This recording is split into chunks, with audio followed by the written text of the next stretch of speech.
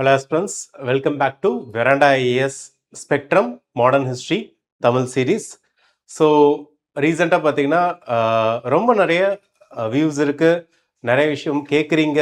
கமெண்ட்ஸ்லேயே பார்த்தீங்கன்னா நிறைய பேர் டவுட்ஸ் கேட்குறீங்க, as well as next video எப்போ வரும் அப்படின்னு கேட்குறீங்க, which is really happy for us. We are happy to serve. Okay, so கண்டினியூஸாக பார்த்தீங்கன்னா உங்களுக்கு இந்த கம்ப்ளீட்டாக ஸ்பெக்ட்ரம் புக்கை இன் அண்ட் அவுட் இந்த ப்ரிலிம்ஸ்க்கு கிட்டத்தட்ட 1 மந்த்துக்கு முன்னாடி பார்த்தீங்கன்னா 2026 ப்ரிலிம்ஸ்க்கு முன்னாடி ஒரு 1 மந்த்துக்கு முன்னாடி கம்ப்ளீட்டாக இந்த ஸ்பெக்ட்ரம் புக்கை உங்களுக்கு ஒரு வீடியோ சீரீஸாக நாங்கள் வெராண்டா ஐஏஎஸ்லேருந்து தந்துடுவோம். To not worry at all. இதை சாலிடாக படிங்க. மாடர்ன் ஹிஸ்ட்ரி உங்களோட ஈஸியான சப்ஜெக்டா, ரொம்ப சிம்பிளாக மாடர்ன் ஹிஸ்ட்ரியை பார்த்து இதுக்கு முன்னாடி உங்களுக்கு ஒரு பயம் இருந்தால் அந்த பயத்தை போக்குறது தான் இந்த பர்டிகுலர் சீரீஸோட அல்டிமேட் எய்மே. இந்த சீரீஸை கம்ப்ளீட்டாக பார்த்துட்டு வரீங்க, ஸ்பெக்ட்ரம் புக் ஒரு தடவை கோ த்ரூ பண்ணுறீங்கன்னா மாடர்ன் ஹிஸ்ட்ரியை பற்றி ஒரு நல்ல அண்டர்ஸ்டாண்டிங் உங்களுக்கு கிடைக்கும், ஒரு நல்ல ஐடியா கிடைக்கும், as well as question solve பண்ணுறதுக்கான கான்ஃபிடன்ஸ் உங்களுக்கு கிடைக்கும் அப்படின்றது நாங்கள் ரொம்ப 100% ஷியூராக இருக்கும். So do not worry at all. ஹிஸ்ட்ரிக்கு கைட் பண்ணுறதுக்கு தான் நான் இங்கே இருக்கிறேன். ஓகே, ஸோ எந்த டவுட்டாக இருந்தாலும் சரி மறக்காமல் கமெண்ட் பண்ணுங்கள். ஏன்னா I know the value of UPSC preparation. Okay, so ஒரு டவுட் கிளியர் பண்ணுறதுக்கான ஒரு மென்டாரோட ரோல் என்ன, அதுக்கான வேல்யூ என்னன்றது எனக்கு ரொம்ப நல்லாவே தெரியும். ஸோ கவலைப்படாதீங்க, உங்களோட நாங்கள் வெராண்டா ஐஏஎஸ் இருக்கோம், பார்த்திபன் நானும் இருக்கேன். மறக்காமல் எந்த டவுட்டாக இருந்தாலும் கமெண்ட்டில் பண்ணுங்கள், நம்ம கண்டிப்பாக அதுக்கு ஆன்சர் பண்ணுறோம். அது மட்டும் இல்லாமல் மோஸ்ட் இம்பார்ட்டன்ட் திங் என்ன அப்படின்னு ஒவ்வொரு வருஷமும் வெராண்டா ஐஏஎஸ் வெஸ்ட் எக்ஸாம் அப்படின்னு ஒன்று கண்டக்ட் பண்ணுவோம். Veranda entrance and scholarship test அப்படின்ற ஒரு டெஸ்ட்டை கண்டக்ட் பண்ணுவோம். இதன் மூலமாக குறிப்பிட்ட அமௌண்ட் ஆஃப் மாணவர்களை தேர்ந்தெடுத்து நாங்கள் எங்களோட வெராண்டா ஐஏஎஸ் அகாடமியில் கம்ப்ளீட்டாக இலவச பயிற்சி தருவோம். ஸோ இந்த வருஷத்துக்கான எக்ஸாம் இன்னும் கொஞ்ச நாளில் நடக்க போகுது. இதுக்கான அப்ளை பண்ணணும்னு நீங்கள் நினைக்கிறீங்களா, வெராண்டா ஐஏஎஸ்ல நீங்களும் சேர்ந்து படிக்கணும்னு நினைக்கிறீங்களா, டிஸ்கிரிப்ஷனில் கீழே வந்து பார்த்தீங்கன்னா உங்களுக்கு லிங்க் இருக்குது, அதை கிளிக் பண்ணுங்க, உங்களுக்கான கைடன்ஸ் உங்களுக்கு கிடைக்கும். ஓகே, அது ஒரு முக்கியமான விஷயம். அது மட்டும் இல்லாமல் இன்னொரு பர்டிகுலர் விஷயத்தையும் நான் சொல்ல விருப்பப்படுறேன். என்ன அப்படின்னு பார்த்தீங்கன்னா, நிறைய பேர் ஸ்டூடெண்ட்ஸாக இருந்துட்டு எப்படி சார் படிக்கிறது, ஏன்னா நீங்கள் வந்து ப்ரோக்ராம் வந்து ஆஃப்லைன் வச்சுருக்கீங்க, எப்படி எங்கே படிக்கிறதுன்றாங்க. சில பேர் வந்து ஹவுஸ் ஒய்ஃப்ஸ் ஆஸ் வெல் அஸ் பார்த்தீங்கன்னா நிறைய ஒர்க்கிங் ஆஸ்பிரன்ஸ் வந்து மெசேஜ் பண்ணுறாங்க. So do not worry at all. Veranda ஐஏஎஸோட ஆன்லைன் பேட்சும் ரன் ஆகிட்டு இருக்கு. அதுக்கான டீட்டெயில்ஸும் பார்த்தீங்கன்னா அதுக்கான தனி லிங்க் இருக்கு. ஸோ கிளிக் பண்ணுங்க, அந்த பர்டிகுலர் நம்பர் கான்டாக்ட் பண்ணுங்க, உங்களை எங்களோட அகாடமிக் கவுன்சிலர்ஸ் வந்து கைட் பண்ணுவாங்க. ஸோ அதன் மூலமாக உங்களால் ஈஸியாக இந்த ஆன்லைன் பேட்சில் ஜாயின் பண்ண முடியும். உங்களுக்கான ப்ராப்பர் ரெகுலர் கைடன்ஸ் கிடைக்கும், daily mentorship, previous year question analysis, okay, subject wise micro topic level, book recommendation with guidance வந்து வெராண்டா ஐஏஎஸோட ஆன்லைன் கோர்ஸில் கிடைக்கும். Okay, so do not worry at all, we are here to help you. Okay, so coming back, இந்த particular வீடியோவில் நம்ம பார்க்க போகிறது Punjab region எப்படி பிரிட்டிஷோட ஹேண்டுக்கு போணுச்சு, ஆங்கிலோ சீக் வார்ஸோட ரிசல்ட் என்ன அப்படின்றத பார்க்க போகிறோம். ஸோ ஜஸ்ட் ஒரு கோத்ரூ பண்ணிடலாம், இது வரைக்கும் நம்ம என்ன பார்த்தோம் அப்படின்றத கோத்ரூ பண்ணிடலாம். ஓகே, ஸோ மராத்தா ரீஜன் எப்படி பிரிட்டிஷோட கண்ட்ரோலுக்கு போனுச்சு அப்படின்றத பார்த்தோம். ஓகே, மைசூர் கிங்டம் எப்படி பிரிட்டிஷோட கண்ட்ரோலுக்கு போனுச்சுன்னு பார்த்தோம். ஹைதராபாத் வந்து பார்த்தீங்கன்னா சப்சிடரி அலையன்ஸ்ல எப்படி கண்ட்ரோல் கீழே போனுச்சு அப்படின்னு பார்த்தோம். ஓகே, ஆர்காட் ரீஜியன் எப்படி பிரிட்டிஷோட கண்ட்ரோலுக்கு கீழே போனுச்சு அப்படின்றத பார்த்தோம். ஓகே, and then பார்த்தீங்கன்னா லாஸ்ட் வீடியோல சிந்த் ரீஜியன் எப்படி பிரிட்டிஷோட கண்ட்ரோல் கீழே போனுச்சு அப்படின்றதையும் பார்த்தோம். ஓகே, ஸோ இந்த பர்டிகுலர் வீடியோவில் இந்த பஞ்சாப் ரீஜியன், ஆக்சுவலாக அந்த டைமில் Kashmir was also included in this particular Punjab kingdom. இந்த பர்டிகுலர் வீடியோவில் நம்ம பார்க்க போகிறது என்னன்னா பஞ்சாப் ரீஜியன், பஞ்சாப், பஞ்ச் 5.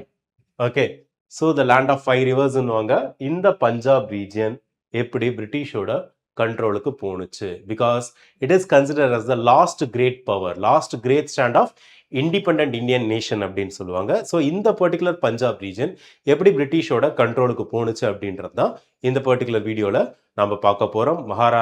மகாராஜா ரஞ்சித் சிங் அப்படின்றவர் யாரு, ஓகே, எப்படி 2 ஆங்கிலோ சீக் வார்ஸ்க்கு அப்புறமேட்டு நல்ல இண்டிபெண்டான last great kingdom of India அப்படின்றது எப்படி பிரிட்டிஷோட கண்ட்ரோலுக்கு போணுச்சு, இதனால வந்த கான்சிக்வன்சஸ் என்ன அப்படின்றதெல்லாம் பார்த்தீங்கன்னா இந்த பர்டிகுலர் வீடியோவில் நம்ம பார்க்க போகிறோம். So without further adieu let's get in to the video. And most importantly இந்த வீடியோட எண்டில் நம்ம ப்ரிலிம்ஸ் ப்ரீவியஸ் இயர் கொஸ்டின்ஸ் எல்லாத்தையும் டிஸ்கஸ் பண்ண போகிறோம். ஓகே, ஓகே, ஸோ எப்படி பிரிட்டிஷ் பஞ்சாபை கேப்சர் பண்ணாங்கிறதுக்கும் இல்லை, முதல்ல பஞ்சாப் அப்படின்றது ஒரு இண்டிபெண்ட் நேஷனா எப்படி கன்சால்டேட் ஆனிச்சு அப்படின்றத நம்ம பார்க்க போறோம். ஓகே, மோஸ்ட் இம்பார்ட்டன்ட்லி என்ன அண்டர்ஸ்டாண்ட் பண்ணிக்க போறோம்னு பார்த்தீங்கன்னா, லாஸ்ட் சிக் குரு கோவிந்த் சிங் வந்து பார்த்தா முகலாரோட ரூல்ல வந்து மர்டர் பண்ணப்பட்டாரு. ஓகே, அண்ட் தென் லேட்டரா என்ன ஆகுதுன்னு பார்த்தா பந்தா பகதூர் அப்படின்ற ஒரு பர்சன் வந்து சீக்ஸை வந்து ஆர்கனைஸ் பண்றாரு. அவங்களும் முகல்ஸ்க்கு அகேன்ஸ்டா ரிவால்ட் பண்றாங்க.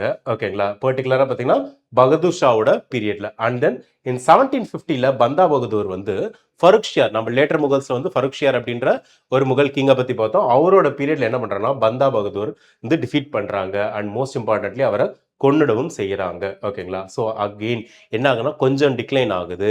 அப்படி டிக்ளைன் ஆன அந்த Sikh kingdom or Punjab kingdom Sikh group அப்படின்றது திருப்பி எப்படி எம்பையரா மாறுது அப்படின்றது தான் நம்ம பார்க்க போறோம். அண்ட் மோஸ்ட் இம்பார்ட்டன்ட்லி இந்த பர்டிகுலர் லீடர்ஸ் அண்ட் சிக் குருஸோட டெத்துக்கு அப்புறமேட்டு என்ன ஆகுது அப்படின்னா இந்த சிக் குரூப்ஸ் அப்படின்றவங்க பார்த்தீங்கன்னா இண்டிவிஜுவல் குரூப்ஸாக நிறைய பேர் பிரிஞ்சிடுறாங்க, நிறைய குரூப்ஸாக பிரிஞ்சிடுறாங்க. அப்படி பிரியிற குரூப்ஸுக்கு மிசில்ஸ் அப்படின்னு பேரு. ஓகே, அப்படி பிரியிற குரூப்ஸுக்கு மிசில்ஸ் அப்படின்னு பேர் வைக்கிறாங்க. இந்த மிசில்ஸுக்கு வந்து பார்த்தீங்கன்னா actually they are military brotherhoods. They are military brotherhoods. Misls, இந்த மிசில்ஸ் வந்து மிலிட்ரி பிரதர்ஹுட்னு சொல்லுவாங்க. ஆனா இந்த ஒரிஜினலா இந்த வேர்டு வந்து அரபிக் வேர்டு மிசில் அப்படின்னா உங்களுக்கு ஈக்குவல் ஆர் அலைக், அதாவது ஒரே எண்ணம் கொண்ட ஒரே குரூப்பை சேர்ந்தவங்க ஒரு குரூப்பா மாறுறாங்க அப்படின்றத இதோட பேரு. அது மட்டும் இல்லாமல் மிசிலுக்கு ஸ்டேட் அப்படின்ற நேமும் இருக்கு. So what we are understanding here, so Sikhs வந்து பார்த்தீங்கன்னா இண்டிவிஜுவல் மிசில்ஸா குரூப்பா சேர்றாங்க அப்படின்றத அண்டர்ஸ்டாண்ட் பண்ணிக்கிறோம். ஸோ இந்த மிசில்ஸ் லேட்டரா எப்படி சிங்கிள் குரூப்பா மாறுறாங்க அப்படின்றதையும் நாம பார்க்க போறோம். ஓகே ஓகே, ஸோ இதுல மோஸ்ட் இம்பார்ட்டன்ட் பர்சன் யார் அப்படின்னு பார்த்தீங்கன்னா மகாராஜா ரஞ்சித் சிங். ஓகே, ஸோ இந்த மகாராஜா ரஞ்சித் சிங் அப்படின்ற ஒரு ரொம்ப ஒரு ஸ்ட்ராங்கான ஸ்டேட்டை பில்ட் பண்றாரு. ஓகேங்களா, பிரிட்டிஷ் வந்து பார்த்தீங்கன்னா ஜென்ரலா ஒரு ஃபோர்ஸை தான் பார்த்தீங்கன்னா, அதாவது ஒரு மைட்டி ஃபோர்ஸை தான் பார்த்தீங்கன்னா ஒரு கிங்டமை கேப்சர் பண்ணுறதுக்கு இது பண்ணுவாங்க. ஆனால் மகாராஜா ரஞ்சித் சிங் எந்த அளவுக்கு ஸ்ட்ராங்காக இருக்காருன்னு பார்த்தீங்கன்னா பிரிட்டிஷ் வந்து டிப்ளமசியை ஒரு மெத்தடாலஜியா சூஸ் பண்றாங்க. ஏன்னா த லயன் ஆஃப் பஞ்சாப் ராஜா ரஞ்சித் சிங் இருக்கிற வரைக்கும் அவர் அப்போஸ் பண்றது ரொம்ப கஷ்டம்னு தெரிஞ்சுக்கிட்டு பிரிட்டிஷ் என்ன பண்றாங்க அப்படின்னு பார்த்தீங்கன்னா டிப்ளமசி ஒரு மெத்தடாலஜியா சூஸ் பண்றாங்க. ஸோ ராஜா ரஞ்சித் சிங் அப்படி எப்படி வளர்ந்தாரு அப்படின்றத நம்ம பார்க்கலாம். நான் ஆல்ரெடி சொன்ன மாதிரி மிசில் அப்படின்னா ஈக்குவல் ஆர் ஸ்டேட் அப்படின்ற ரெண்டு இது வரும். ஓகேங்களா, இது வந்து பார்த்தீங்கன்னா ஒரு டெமோக்ராட்டிக் மிலிட்ரி ரூட். ஓகே, ஒரு டெமோக்ராட்டிக் மிலிட்ரி ரூட்டா இருக்கும். சிக் பாலிட்டியோட பேஸாவே தான் இருக்கும். மொத்தம் 12 மிசில்ஸ் இருந்தது. பந்தா பகதூரோட டெத்துக்கு அப்புறமேட்டு 6 நான் ஏற்கனவே சொன்ன மாதிரி 12 சாவரின் கிளான்ஸா பிரிஞ்சாங்க. ஒவ்வொரு சாவரின் கிளானுக்கும் ஒரு லீடர் இருந்தாங்க. ஓகேங்களா, ஸோ இந்த பர்டிகுலர் 12 குரூப்பும் பார்த்தீங்கன்னா லேட்டரா என்ன ஆகுதுன்னு பார்த்தீங்கன்னா 2 குரூப்பா பிரிகிறாங்க. ஓகேங்களா, ஒரு குரூப்புக்கு பேரு தால் கல்சா, ஒரு குரூப்புக்கு பேரு தால் கல்சா அண்ட் இன்னொரு குரூப்புக்கு பேரு குர்மதா. குர்மதா அப்படின்னு பார்த்தீங்கன்னா சென்ட்ரல் அசம்பிளி அப்படின்னு பேரு. இதுல ரொம்ப இம்பார்ட்டன்டான குரூப் எது அப்படின்னு பார்த்தீங்கன்னா சுகர் சாக்கியா மிசல். சுகர் சாக்கியா மிசல். ஓகேங்களா, ஸோ இந்த சுகர் சாக்கியா மிசலோட ஒரிஜினல் லீடர் யாருன்னு பார்த்தீங்கன்னா ரஞ்சித் சிங்கோட அப்பா மகான் சிங். ரஞ்சித் சிங்கோட ஃபாதர் மகான் சிங். அவரோட டெத்துக்கு அப்புறமேட்டு என்ன ஆகுதுன்னு பார்த்தீங்கன்னா சுகர் சாக்கியா மிசலோட லீடர்ஷிப் வந்து பார்த்தீங்கன்னா உங்களுக்கு ரஞ்சித் சிங்க்கு வருது. Okay, most importantly as I said,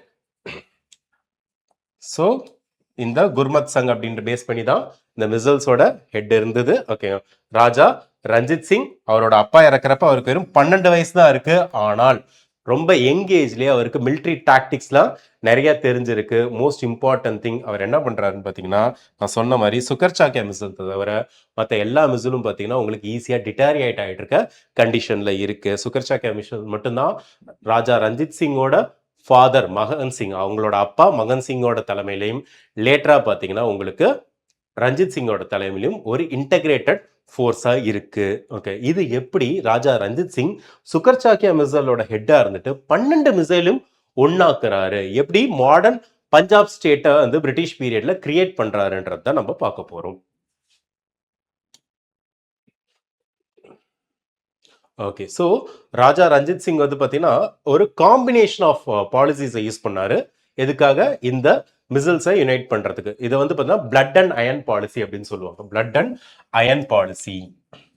அப்படின்னா பிளட் அண்ட் அயன் பாலிசி என்னன்னா he used a combination of marriage alliances. நிறைய கல்யாணம், ரொம்ப இம்பார்ட்டன்டான மிசில்ஸோட ஃபேமிலிஸ்க்கு வந்து பார்த்தீங்கன்னா அதுல கல்யாணம் செஞ்சிட்டார். Polygamy was allowed then.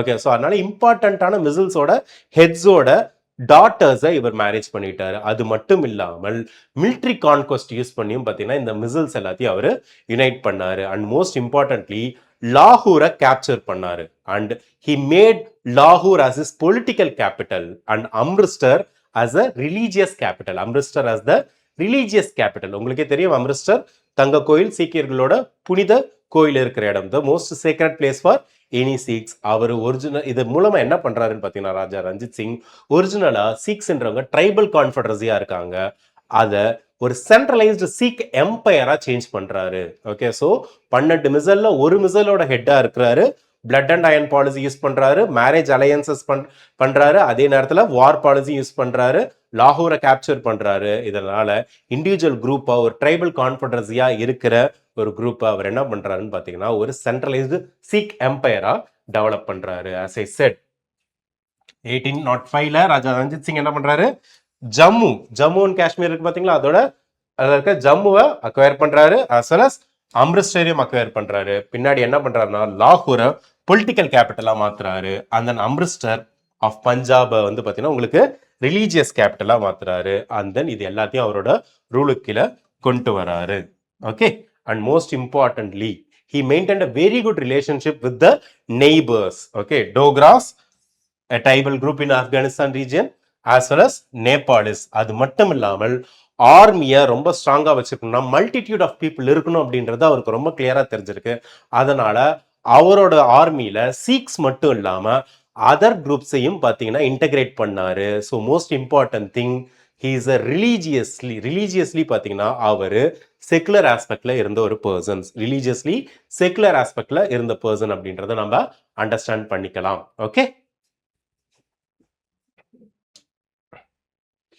Okay, so இந்த டைம்ல தான் என்ன ஆகுது அப்படின்னு பார்த்தீங்கன்னா பிரிட்டிஷ்க்கும் இவருக்கும் ஒரு கன்ஃபரன்டேஷன் வரதுக்கான ரீசன் வருது. எதனால அது ஃபாலோ அப்பா பார்த்தீங்கன்னா உங்களுக்கு ட்ரீட்டி ஆஃப் அம்ரிஸ்டர்லாம் சைன் பண்ணுவாங்க 1809ல. அதுக்கான காரணம் என்ன அப்படின்றத பார்க்கலாம். Okay, so Raja Ranjit Singh wanted to be the leader of all the Sikhs. Okay, including Malwa ரீஜியன்ல, அது வந்து பார்த்தீங்கன்னா சவுத் ஆஃப் சட்லஜ் ரிவருக்கு கீழே இருக்கும், அதுக்கும் பார்த்தீங்கன்னா அவர் தான் லீடர் ஆகணும் அப்படின்னு நினைப்பாரு. இந்த டைம்ல தான் பார்த்தீங்கன்னா உங்களுக்கு பிரிட்டிஷோட இன்டர்வென்ஷன் இந்த இடத்துல கிரியேட் ஆகும். ஸோ இது எதுக்காக பிரிட்டிஷ் இந்த இடத்துல இன்டர்வீன் பண்றாங்கன்றதுக்கான ரீசனை லாஸ்ட் வீடியோல சொல்லியிருப்பேன். உங்களுக்கு சிந்த் ரீஜனா இருக்கட்டும், இல்ல பஞ்சாப் ரீஜனா இருக்கட்டும், இதுக்கு மேல பார்த்தீங்கன்னா உங்களுக்கு ஆப்கானிஸ்தான் இருக்கு. ஆல்ரெடி சொன்னேன் Pakistan was then part of India.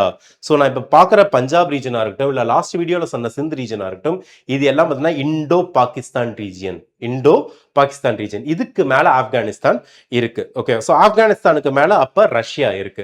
So last வீடியோட ஒரு கனெக்டிவிட்டி சொல்றேன்.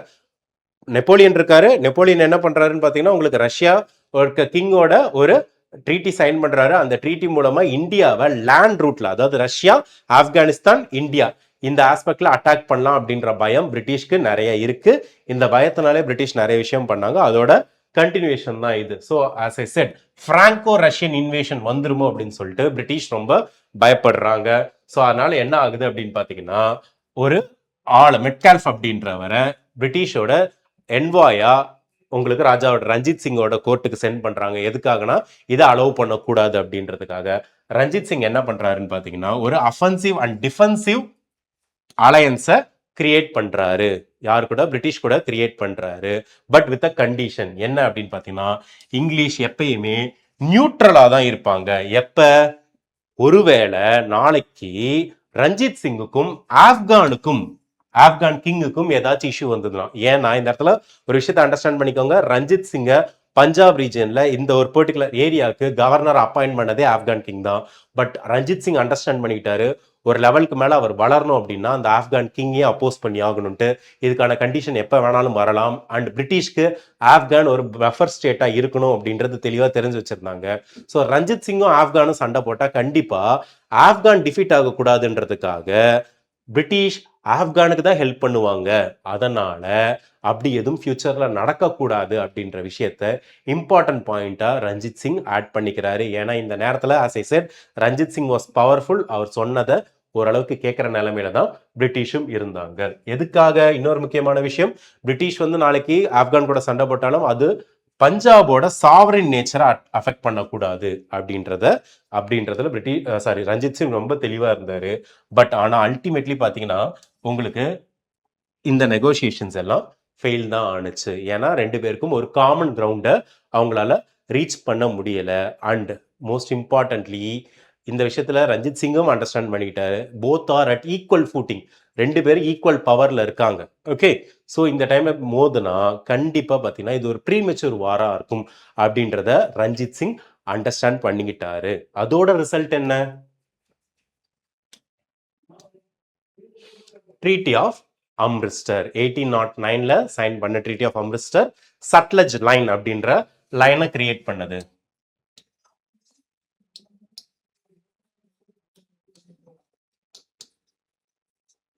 சட்லஜ் லைன் அப்படின்ற லைனை கிரியேட் பண்ணுது. ரஞ்சித் சிங் நான் ஏற்கனவே சொன்ன மாதிரி ஓவராலா இருக்கிற எல்லா 6க்கு ஹெட்டா மாறணும்னு நினைக்கிறாரு. மால்வா ரீஜியன், சட்லஜ் ரிவருக்கு கீழே இருக்க மால்வா ரீஜியனையும் பார்த்தீங்கன்னா அவரோட கண்ட்ரோலுக்கு கீழே கொண்டு வரணும்னு நினைக்கிறாரு. ஆனால் இப்பதான் ஒரு இஷ்யூ வருது. என்ன அப்படின்னு பார்த்தீங்கன்னா ரஞ்சித் சிங் அவரோட ரூலை நான் ஏற்கனவே சொன்ன மாதிரி என்டையர் சிக் நேஷனுக்கும் கொண்டு வரணும்னு நினைக்கிறாரு. அதாவது ரிவர் சட்லஜ் அப்படின்றத பவுண்டரியா கொண்டு வரணும் அப்படின்னு சொல்லிட்டு பிரிட்டிஷ் சொல்றாங்க. ஓகே, ஏன்னா ஒரு நேச்சுரல் பவுண்டரியா இருக்கிறதே பொலிட்டிக்கல் பவுண்டரியா கொண்டு வரணும் அப்படின்றாங்க. ஸோ இந்த இடத்துல தான் பார்த்தீங்கன்னா ரொம்ப இஷ்யூ வருது. என்ன அப்படின்னு பார்த்தீங்கன்னா அவர் கொஞ்சம் கொஞ்சமாக டெவலப் ஆகிட்டு Multan region which is in Pakistan, okay, அதையும் கேப்சர் பண்ணுறாரு. காஷ்மீர் ரீஜியனையும் கேப்சர் பண்ணுறாரு. And then Peshawar region of Pakistan, இது எல்லாத்தையும் கேப்சர் பண்ணுறாரு. அவரோட பவர் நல்லா இன்க்ரீஸ் ஆகிட்டே வருது. அதை பிரிட்டிஷும் அண்டர்ஸ்டாண்ட் பண்ணிக்கிறாங்க.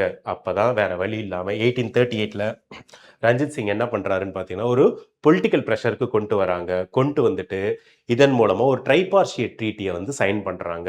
இந்த ட்ரைபார்ஷியேட் ட்ரீட்டி பற்றி லாஸ்ட் இதில் சொல்லியிருப்பேன். It is a treaty signed between Ranjit Singh, British, சிந்தோட ஆமிர்ஸோட ரிலேட்டடாக வந்துட்டு ஆப்கான் ரிலேட்டடாக இந்த ட்ரீட்டியை சைன் பண்ணியிருப்பாங்க. ஓகே, ஸோ அம்ரிஸ்டர் ட்ரீட்டியோட பேசிஸ் என்ன? 1809ல் சட்லஜ்ன்றத உங்களுக்கு proper political boundary as well as geographical பவுண்டரியா ஃபிக்ஸ் பண்ணாங்க. Okay, so understand that. Okay, so எதுக்காக ரஞ்சித் சிங் கிட்ட டைரக்டா பிரிட்டிஷ் வந்து போராட முடியல? எதுக்காக அவரை வந்து ரஞ்சித் சிங் கூட போராட முடியல? எதுக்காக ட்ரீட்டி ஆஸ்பெக்ட்லேயே போகணுன்றாங்க? ஏன்னா நீங்க ஒரு விஷயத்தை நல்லா அண்டர்ஸ்டாண்ட் பண்ணிக்கலாம். இதுக்கு முன்னாடி ட்ரீட்டின்றது எல்லாமே வாரோட எண்ட்ல தான் சைன் பண்ணியிருப்பாங்க. வேற இப்ப வார் ஆரம்பிக்கவே இல்லை, வார் எதுவுமே நடக்கவே இல்லை, ஆனால் ட்ரீட்டி சைன் பண்ணுறாங்க. எதனால் அப்படின்னு பார்த்தீங்கன்னா இந்த இடத்துல தான் ராஜா ரஞ்சித் சிங்கோட மிலிட்ரி ஆஸ்பெக்டை நம்ம பார்க்கணும். அவரை லயன் ஆஃப் பஞ்சாபா, ஷேர் ஆஃப் பஞ்சாப்னு சொல்கிறதுக்கான ரீசன் என்ன அப்படின்னு பார்த்தீங்கன்னா ராஜா ரஞ்சித் சிங்கோட ஆர்மியை ஃபாஜ் ஐ காஸ் அப்படின்னுவாங்க. ஃபாஜ் ஐ காஸ்.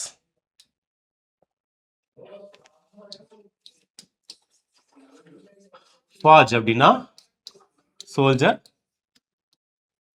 ஓகே, ஃபாஜ் ஐ காஸ் அப்படின்னுவாங்க. ஓகே, ஸோ அவரோட ஆர்மியை ஹை லெவலில் மாடர்னைஸ் பண்ணி வச்சிருந்தாரு. யூரோப்பியன் ஆஃபீஸர்ஸை வந்து பார்த்தீங்கன்னா எம்ப்ளாய் பண்ணி வச்சிருந்தாரு. இவங்கெல்லாம் யார் அப்படின்னு பார்த்தீங்கன்னா நெப்போலியனிக் வாரில் பார்ட்டிசிபேட் பண்ண பிரெஞ்சு ஆஃபீஸர்ஸாக இருப்பாங்க. அலாட் அப்படின்றவர், வென்ச்சுரா அப்படின்ற ரொம்ப ஏபிள்டு அண்ட் எக்ஸ்பீரியன்ஸ்டு கமாண்டர்ஸாக அவரோட ஆர்மியில் இவர் வச்சிருப்பாரு. எதுக்காக அப்படின்னு பார்த்தீங்கன்னா அவரோட இன்ஃபேண்ட்ரி குரூப்பையும் ஆர்ட்லரி குரூப்பையும் ட்ரெயின் பண்றதுக்காக. அண்ட் தென் மோஸ்ட் இம்பார்ட்டன்ட்லி நான் ஏற்கனவே சொன்ன மாதிரி அவரோட ஆர்மின்றது ரொம்ப டைவர்சிஃபைடா இருந்தது. Is a secular person. His army was not just made up of 6 soldiers. Dogras இருந்தாங்க, குர்காஸ் இருந்தாங்க, பஞ்சாபி முஸ்லீம்ஸ் இருந்தாங்க.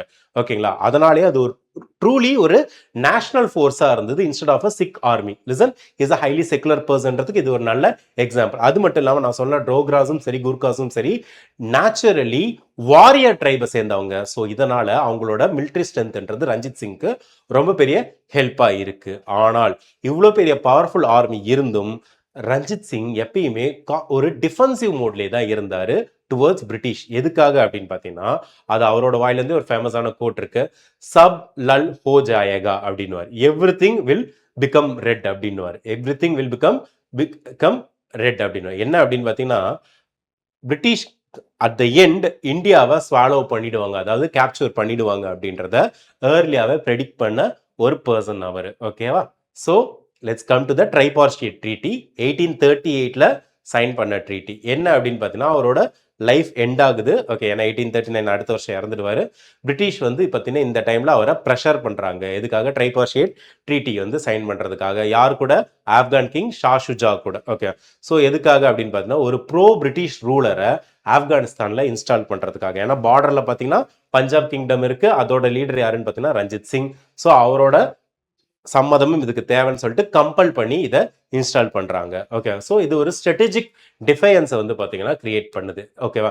ஈவன் இந்த பர்டிகுலர் பீரியட்லையும் அவர் ரொம்ப லேட், அவரோட லேட் இது ப்ரெஷர்ல இருந்தாலும் சரி, ஆனால் அந்த டைம்ல கூட ரஞ்சித் சிங் பார்த்தீங்கன்னா பிரிட்டிஷ் ட்ரூப்ஸை பஞ்சாப் வழியா மார்ச் பண்ணி காபுலை ரீச் பண்றதுக்கு அக்செப்ட் பண்ணிக்கல. ஒரு விஷயத்த தெளிவாக அண்டர்ஸ்டாண்ட் பண்ணிக்கிறாரு. பிரிட்டிஷ் ஃபோர்ஸஸை லேண்ட் வழியா பஞ்சாப் வழியா அலோவ் பண்ணா, ஒரு தடவை அலோவ் பண்ணாலே போதும், கடைசி வரைக்கும் அவங்க போக மாட்டாங்க அப்படின்ட்டு. ஆனால் என்ன நடக்குது? 1839ல ரஞ்சித் சிங்கோட டெத்துன்றது ஒரு டேர்னிங் பாயிண்டா மாறிடுது. ஓகே, அதனால ஒரு 10 வருஷம், ஒரு டிகேட் ஆஃப் கேஆஸை கிரியேட் பண்ணுது. என்ன அப்படின்னு பார்த்தீங்கன்னா ரஞ்சித் சிங் ரொம்ப ஸ்ட்ராங்கான பர்சனாலிட்டி, ஆனால் அவருக்கு அடுத்து பார்த்தீங்கன்னா அவரை ரீப்ளேஸ் பண்ற மாதிரி ஸ்ட்ராங்கான பர்சனாலிட்டி இல்லை. எதனால அப்படின்னு பார்த்தீங்கன்னா கோர்ட் வந்து his court is made up of various factions. நான் ஏற்கனவே சொல்லுவேன், சீக்ஸ் இருக்காங்க, டோக்ராஸ் இருக்காங்க, சிந்தியன் வாலியாஸ் இருக்காங்க. ஓகே, உங்களுக்கு வந்து ஆஸ் எ செட் நிறைய குரூப்ஸ் இருக்காங்க. ஸோ இந்த எல்லாத்தையும் மேனேஜ் பண்ற அளவுக்கு ஒரு single abled person, single powerful person Ranjit சிங்க்கு ரீப்ளேஸ்மெண்ட் அங்கே கிடைக்கல. ஸோ அதனால தான் 40 வருஷம் அவர் பில்ட் பண்ண எம்பையர்ன்றது பார்த்தீங்கன்னா 10 வருஷத்திலே டிக்ளைன் ஆயிடுச்சு. அது எப்படி டிக்ளைன் ஆயிடுச்சு அப்படின்றத நம்ம பார்க்கலாம். Okay, so Ranjit Singh June 1839ல இறந்துட்டாரு. அவர் இறந்ததோட தொடர்ந்து decline of Sikh empire or Punjab empire start ஆயிடுச்சு. அது எப்படின்ற கான்செப்டை பார்க்கலாம். அதுக்கு முன்னாடி சர்டன் இன்ட்ரெஸ்டிங்கான ஃபேக்ட்ஸ் எல்லாம் பார்க்கலாம். உங்களுக்கு தெரியுமா கோஹினூர் டைமண்ட் இருக்குல்ல, இப்போ பிரிட்டிஷ் கிங் ஆர் குவீனோட கிரவுன்ல இருக்கிற அந்த கோஹினூர் டைமண்ட் வந்து பார்த்தீங்கன்னா கடைசியா ரஞ்சித் சிங் ஆப்கானோட ரூலர் ஷா ஷுஜா கிட்ட இருந்து வாங்கியிருப்பார். ஓகே, ஸோ அவர் அக்வயர் பண்ணி அதை தன்னோட பிரைஸ்டு பொசிஷனை வச்சிருப்பாரு. இந்தியாவில் கோஹினூர் டைமண்டை லாஸ்டா வச்சிருந்த இந்தியன் மொனார்க் யாரு அப்படின்னு பார்த்தீங்கன்னா ராஜா ரஞ்சித் சிங் தான் மோஸ்ட் இம்பார்ட்டன்ட். அண்ட் இன்னொரு விஷயம், he was a one eyed king. அவருக்கு ஒரு கண்ணு தான் இருந்தது. எதனால அப்படின்னு பார்த்தீங்கன்னா இன்னொரு கண்ணு சின்ன வயசுல ஸ்மால் பாக்ஸ் வந்ததுனால போயிருக்கும். அதனால ரொம்ப அதை வந்து அவர் ஒரு இதாவே ஊனமாவே கருதவே மாட்டாரு. ஓகேங்களா? ஸோ அதனால அவர் என்ன சொல்லுவார் அப்படின்னு பார்த்தீங்கன்னா God intended me to look upon all religions with one eye, that is why he took away the side from other. அதாவது எல்லா ரிலீஜியனும், கடவுள் தன்னை எல்லா ரிலீஜியனும் ஒரே கண்ணோட்டத்துல பார்க்கணும்னு நினைச்சாரு, அதனால்தான் ஒரு கண்ணை எடுத்துட்டாரு அப்படின்னு சொல்லுவாங்க. ஸோ இதன் மூலமா அவரோட செக்குலர் அவுட்லுக் நம்மளுக்கு தெரிய வருது. அந்த செக்குலர் அவுட்லுக் தான் அவரோட ஸ்டேபிள் அட்மினிஸ்ட்ரேஷனோட பெட்ராக்கா இருந்தது. அண்ட் மோஸ்ட் இம்பார்ட்டன்ட்லி லாகூரை தன்னோட அட்மினிஸ்ட்ரேட்டிவ் கேபிட்டலா மட்டும் இல்ல மிலிட்ரி கேபிட்டலாவும் அவர் யூஸ் பண்ணாரு. எப்படி சவுத் இந்தியாவில் உங்களுக்கு ஹைதர் அலியும் திப்பு சுல்தானும் திண்டுக்கலை உங்களுக்கு ஒரு மாடர்ன் மிஷினரிஸ் யூஸ் பண்றதுக்கான, கன்ஸ் எல்லாம் ப்ரொடியூஸ் பண்றதுக்கான ஒரு ஃபேக்டரியா, ஒரு ஸ்டேஷனா யூஸ் பண்ணாங்களோ அதே மாதிரி ராஜா ரஞ்சித் சிங் என்ன பண்ணார்னா லாகூரை ஹெவி கேனான்ஸ் மேக் பண்றதுக்கான ஒரு பிளேஸாகவும், பர்டிகுலரா பஞ்சாப் கிங்டமை ஒரு செல்ஃப் ரிலையன்ட் கிங்டம் ஆஃப் ஆர்டிலரியாகவும் யூஸ் பண்றதுக்கு மேக் பண்றதுக்கு லாகூரை அவர் யூஸ் பண்ணாரு. இது வேற எந்த இந்தியன் கிங்காலையும் அச்சீவ் பண்ண முடியல. ஈவன் ஹைதர் அலி கூட மேக்சிமம் உங்களுக்கு வந்து பார்த்தீங்கன்னா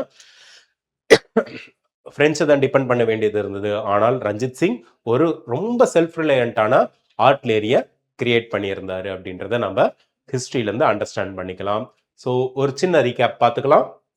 1799ல ராஜா ரஞ்சித் சிங் லாகூரை கேப்சர் பண்றாரு, ஒரு கிளான் லீடரா இருந்து கிங்கா மாறுறாரு. 1809ல ட்ரீட்டி ஆஃப் அம்ரிஸ்டர் சைன் பண்றாரு. சட்லஜை வந்து பாத்தீங்கன்னா ஒரு பெர்மனன்ட் பார்டர் வித் பிரிட்டிஷா கிரியேட் பண்றாங்க. பெஷாவரை 1834ல கேப்சர் பண்றாரு. ஸோ இது வந்து பார்த்தீங்கன்னா இந்தியன் பவரை, இந்தியன் மேப்பை வந்து பார்த்தீங்கன்னா கைபர் பாஸ் வரைக்கும் எக்ஸ்பேண்ட் பண்ணுது. அண்ட் தென் அன்பார்ச்சுனேட்லி 1839ல இறந்துடுறாரு.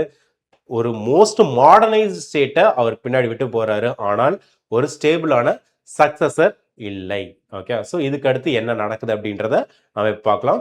So as I said already அவரோட டெத்துக்கு அடுத்து இந்த 10 வருஷம், the decade was a tragic decade. எதனால அப்படின்னு பார்த்தீங்கன்னா ஒரு ஸ்டீல் ஃப்ரேம் அப்படின்றது ஒரு ப்ராப்பரான சென்டர் இல்லை அப்படின்றதுனால அந்த ஸ்டீல் ஃப்ரேமே டிக்ளைன் ஆயிடுச்சு அப்படின்றதுக்கு ஒரு நல்ல எக்ஸாம்பிள் தான் பார்த்தீங்கன்னா சீக் எம்பையரோட fall. Okay, so Sikh empire அப்படின்றது பார்த்தீங்கன்னா பிரிட்டிஷ் கிட்ட விழுந்ததுக்கான காரணம் சீக்ஸுக்கு லேக் ஆஃப் கரேஜ் இல்லைன்றதுனால இல்லை, பட் பிகாஸ் ஒரு இன்டர்னல் லெவலில் ஒரு ஸ்டெபிலிட்டி இல்லை. ஏன்னா கண்டினியூஸ் இன்டர்னல் அசாசினேஷன்ஸ் நடந்துகிட்டு இருந்தது. அடுத்தடுத்து பதவிக்கு வந்த நிறைய பேர் கொல்லப்பட்டார்கள். அண்ட் மோஸ்ட் இம்பார்ட்டன்ட்லி அந்த சீக் எம்பையரோட கோர்ட்டில் வந்து பார்த்தீங்கன்னா ஒரு பீஸ்ஃபுல்னஸ் இல்லை, ஒரு நேஷன் பில்டிங் மென்டாலிட்டி கிடையாது. அதனாலே உள்ளார ஒரு கோஹெஷன் இல்லாததுனாலே மாடர்னாக இருந்த ஹைலி அட்மினிஸ்ட்ரேட்டிவ்லி கேப்பபிளாக இருந்த சீக் எம்பையர்ன்றது பிரிட்டிஷ் அப்போஸ் பண்ணுறதுக்கு பதிலாக தங்களுக்குள்ளாரே தாங்களே சண்டை போட்டுக்கிட்டு கடைசியில் ஒன்றுமே இல்லாமல் போயிட்டாங்க அப்படின்றது தான் நம்ம பார்க்க போகிறோம். இது ஒரு வருத்தத்திற்குரிய விஷயமாகும். Okay okay so Punjab after Raja Ranjit Singh. நான் சொன்ன மாதிரி உங்களுக்கு என்ன ஆகுது, ரஞ்சித் சிங் அப்புறமேட்டு ஒரு சென்ட்ரலைஸ்டு ஸ்டேபிள் அட்மினிஸ்ட்ரேஷன் கிடையாது.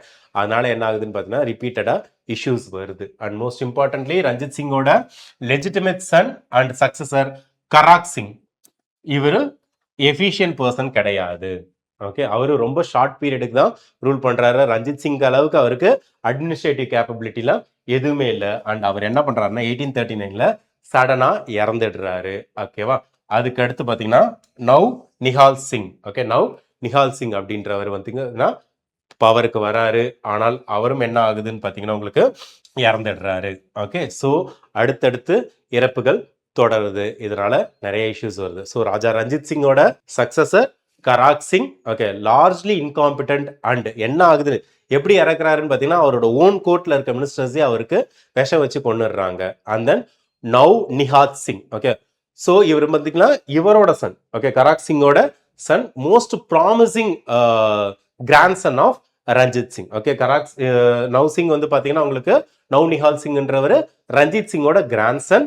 அவர் என்ன ஆகுதுன்னு பார்த்தீங்கன்னா அவரு ஒரு ஆர்ச்வேலேருந்து இறங்கி வர்றப்ப ஆர்ச்வே வந்து அவர் மேல விழுந்து இறந்துடுறாரு. இவரோட அப்பா கராக் சிங்கோட டெத்துக்கு போயிட்டு ரிட்டர்ன் வர்றப்ப அப்படி வரப்போ ஒரு ஆர்ச்வே அவர் மேல விழுந்து இறந்துடுறாரு. ஓகேவா, ஸோ இதனால என்ன ஆகுதுன்னு பார்த்தீங்கன்னா வித்தின் அ இயர் ஒரு பவர் வேக்கம் கிரியேட் ஆகுது.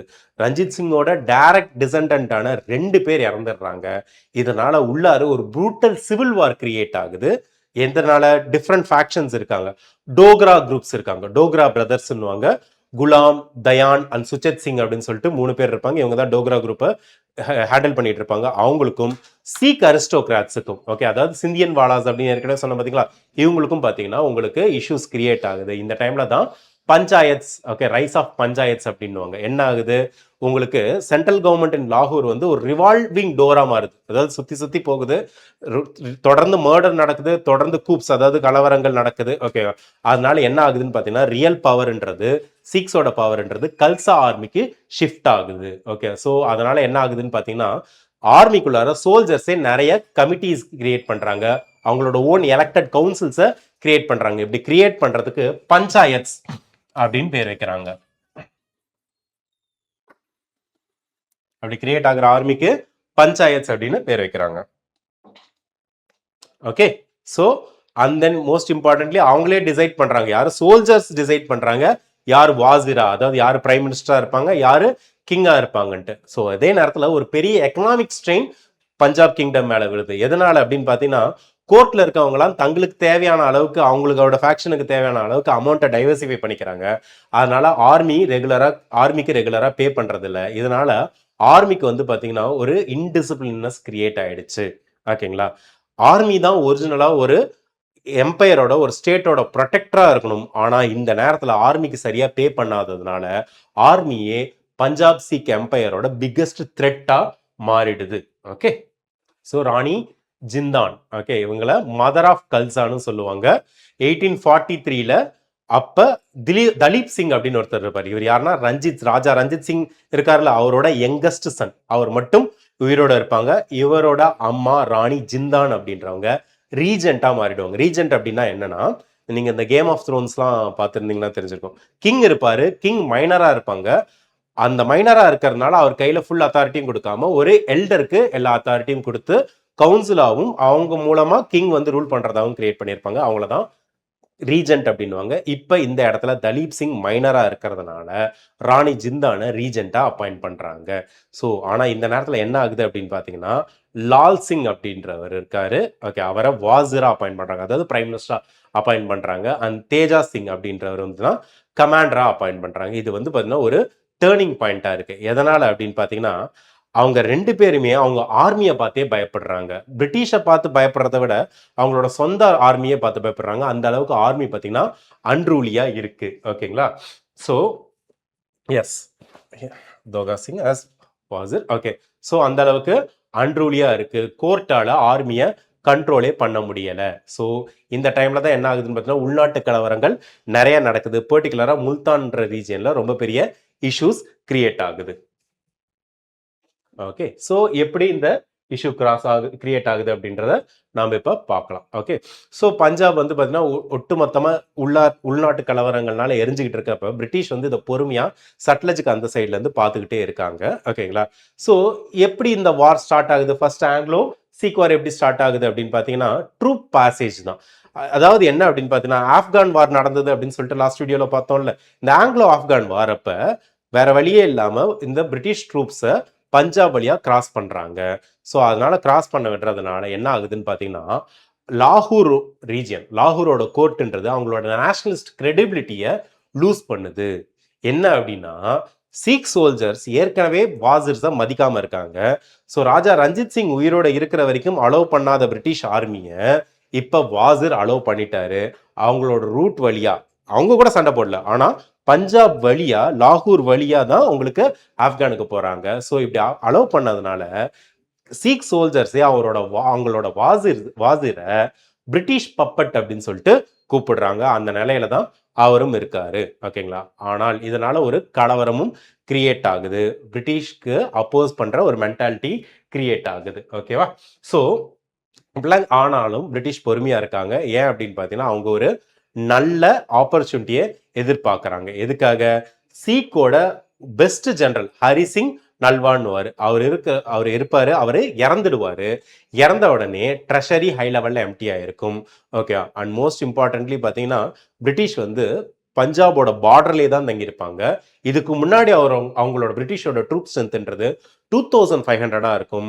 ஆனால் இந்த பீரியட்ல பஞ்சாப் ரீஜனுக்குள்ளார நிறைய இஷ்யூஸ் போயிட்டு இருக்கு. அதே நேரத்தில் பிரிட்டிஷ் என்ன பண்ணுவாங்கன்னா, அவங்களோட ட்ரூப் ஸ்ட்ரென்த்தை 2500லேருந்து 40,000 இன்க்ரீஸ் பண்ணியிருப்பாங்க.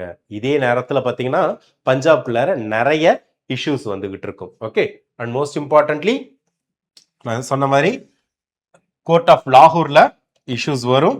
ஓகேங்களா?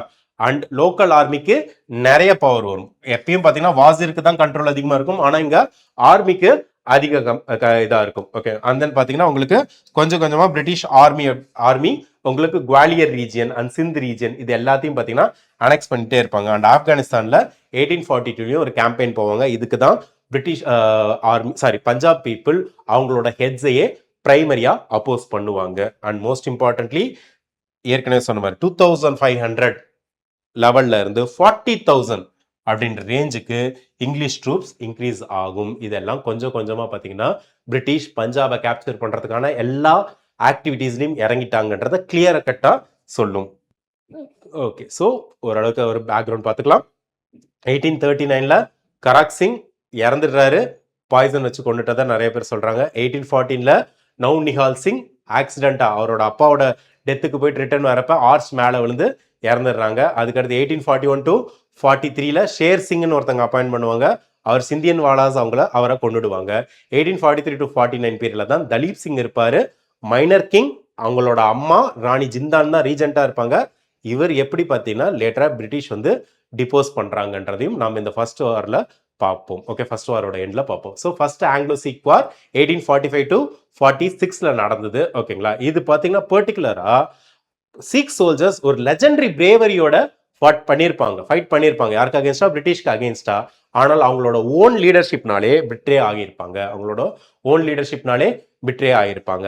அதோட காரணங்கள் என்ன அப்படின்றத நம்ம பார்க்கலாம். இது ரொம்ப காம்ப்ளெக்ஸான ரீசனா இருக்கும். அதோட வார்க்கான ரீசன் சட்லெஜ் ரிவரை தாண்டி இருக்கும். ஓகேங்களா? ஸோ மோஸ்ட் இம்பார்ட்டன்ட்லி பிரிட்டிஷ் என்ன பண்ணுவாங்கன்னா, சீக்ஸ் வந்து சட்லஜ் ரீஜனை கிராஸ் பண்ணதுனால, ஓகே, அந்த ரீஜனை இன்வேட் பண்ணதா சொல்லுவாங்க. பட் இன் ரியாலிட்டி பார்த்தீங்கன்னா, இது வந்து பார்த்தீங்கன்னா ஒரு ஒட்டுமொத்தமாக சீக்ஸோட பேனிக்கும் பிரிட்டிஷோட ப்ரொவகேஷனால தான் இந்த சட்லஜ் ரிவரோட கிராசிங்கே நடந்திருக்கும். எதுக்காகனா, குவாலியர் அண்ட் சிந்த் ரீஜன்ல ஒரு அன்வான்ட் ஃபியர் கிரியேட் ஆயிருக்கும். எதனால? சீக் ஆர்மி பார்த்தாங்க எப்படி பிரிட்டிஷ் வந்து ரீசெண்டா குவாலியர் அண்ட் சிந்த் ரீஜனை கேப்சர் பண்ணாங்க அப்படின்ட்டு. அதனால அண்டர்ஸ்டாண்ட் பண்ணிட்டாங்க, இன்னும் கொஞ்ச நாள்ல பிரிட்டிஷ் வந்து டைரக்டா தங்களை அட்டாக் பண்ண போறாங்கன்ற மென்டாலிட்டிக்கு சீக்ஸ் வந்துட்டாங்க. அண்ட் மோஸ்ட் இம்பார்ட்டன்ட்லி 2500 ரேஞ்ச்ல இருந்து 40,000 மென்ஸை பிரிட்டிஷ் வந்து பஞ்சாப் பார்டர்ஸ்ல வந்து இறக்குறாங்க. தெளிவாகவே புரிஞ்சிருச்சு கல்சா ஆர்மிக்கு, வேற வழியே இல்லை, அவங்க ஒரு டிஃபென்சிவ் பொசிஷனுக்கு போயே ஆகணும். இது ஏன்னா பிரிட்டிஷ் வந்து ஒரு சீஜ், அதாவது அட்டாக்கான எல்லா ஏற்பாடுகளையும் பண்றாங்க அப்படின்ட்டு. அண்ட் ஏற்கனவே சொன்ன மாதிரி லாகூரோட வாசிரா இருந்த லால் சிங் அண்ட் கமாண்டர் தேஜா சிங் ஆக்சுவலா என்ன பண்ணாங்கன்னா, அவங்களோட சொந்த ஆர்மியே டிஃபீட் ஆகணும்னு நினைச்சாங்க. எதனால? சோல்ஜர்ஸ் வந்து அவங்களுக்கு கண்ட்ரோல்ல இல்லை. ஸோ இந்த சோல்ஜர்ஸ் யாராச்சும் டிஃபீட் பண்ணிட்டாங்க, இந்த சோல்ஜர்ஸை யாராச்சும் டிஃபீட் பண்ணிட்டாங்கன்னா புது ஆர்மியை கிரியேட் பண்ணலாம். கிரியேட் பண்ணி அதை வந்து தங்களோட கண்ட்ரோல்ல வச்சுக்கலாம் அப்படின்னு நினைச்சாங்க. Okay, so course of war அப்படின்றது எப்படி போனுச்சு அப்படின்னு பார்த்தீங்கன்னா, it is a war between bravery and ட்ரெச்சரி.